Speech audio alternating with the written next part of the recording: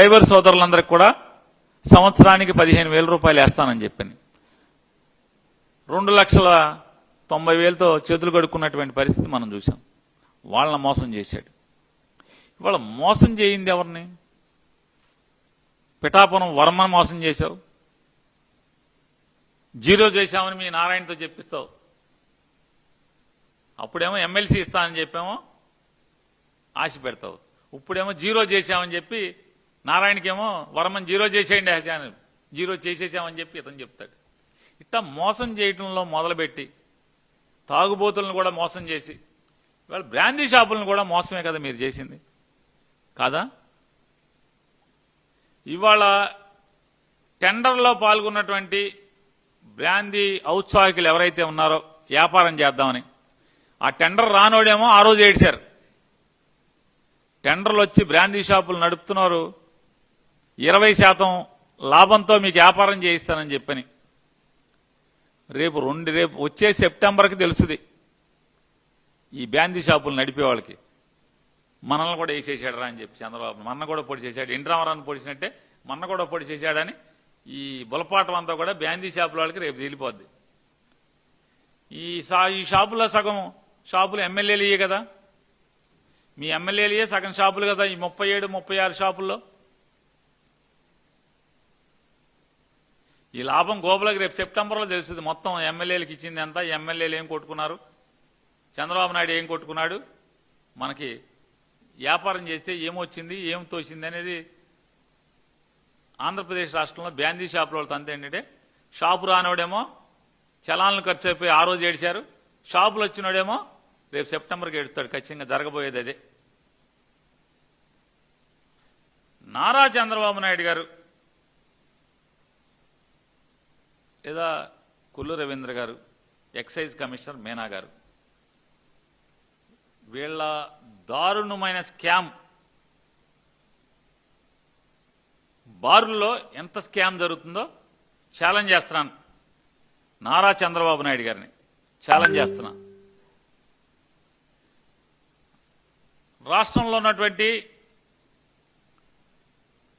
విజయవాడ, తిరుపతి, గుంటూరు, వైజాగ్, కర్నూలు ఇట్లాంటి 5 లక్షల పైబడి జనాభా ఉన్న బార్లకి 75 లక్షల ఫీజు. అవును కదా? మచిలీపట్నం, గుడివాడ లేదా ప్రొద్దుటూరు లేదా విజయనగరం ఇట్లాంటి రాష్ట్ర వ్యాప్తంగా ఉన్నటువంటి మున్సిపాలిటీల్లో అంటే 50,000 దాటి 5 లక్షల లోపు ఉన్నటువంటి మున్సిపాలిటీల్లో 55 లక్షల ఫీజు కదా. పెడన, అమినిగడ్డ, నందికొట్కూరు ఇట్లాంటి ఊళ్ళలో 35 లక్షల ఫీజు నేను అనుకుంటున్నాను. సుమారు నాకు గుర్తున్నంత వరకు, నేను పేపర్లో చదివినంత వరకు నాకు గుర్తున్నది చెప్తున్నాను. ఈ 35 లక్షలు జాగ్రత్తగా మీకు కట్టాలంటే, అంటే కట్టి వాళ్ళు బాగుపడాలంటే వాళ్ళ అద్దులు కానీ లేదా కరెంటు ఛార్జీలు కానీ స్టాఫ్ జీతాలు కానీ అన్నీ వేసుకుంటే రోజుకి బెజవాడ, వైజాగ్, తిరుపతి, గుంటూరు, కర్నూలు లాంటి పెద్ద ఊళ్ళలో రోజుకు 3 లక్షల రూపాయలు అమ్మాలి. అమ్మకపోతే లాభం గోపులోకి వస్తాం, ఇళ్ళు కాళ్ళెత్తి ఇళ్ళు వాకిళ్ళు అమ్ముకోవటమే. బందరు, గుడివాడ, అనకాపల్లి, ప్రొద్దుటూరు, కడప ఇట్లాంటి ఊళ్ళు ఉన్నాయి. ఆ ఊళ్ళలో అయితే రోజుకి 2.5 లక్షల రూపాయలు అమ్మాలి.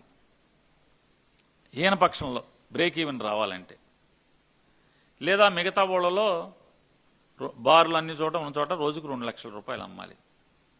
అసలు విజయవాడ, గుంటూరు, విశాఖపట్నం లాంటి, తిరుపతి ఇట్లాంటి నగరాల్లో ఒక్కొక్క బారు నెల 80 లక్షల సరుకు ప్రభుత్వం దగ్గర కొనాలి.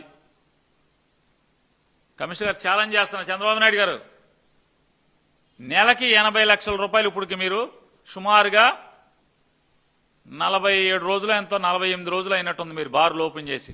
అంటే 846 బార్లుంటే దాంట్లో 500 చిల్లర బార్లు ఓపెన్ అయినాయి, 300 చిల్లర బార్లు ఓపెన్ అవ్వాల. అంటే ఎవడో రాలా.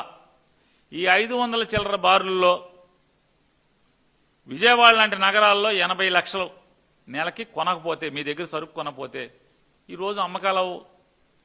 కొనేవాడు తాగేవాడు తర్వాత సంగతి, ఎంత తాగాడు అంత. నువ్వైతే 80 లక్షలు లేనిదే షాప్ నడవదు, దివాళా తీసేయాలి, నెలకే దివాళా తీసేయాలి. బందర్ లాంటి ఊళ్ళలో, బందరు, గుడివాడ, పొద్దుటూరు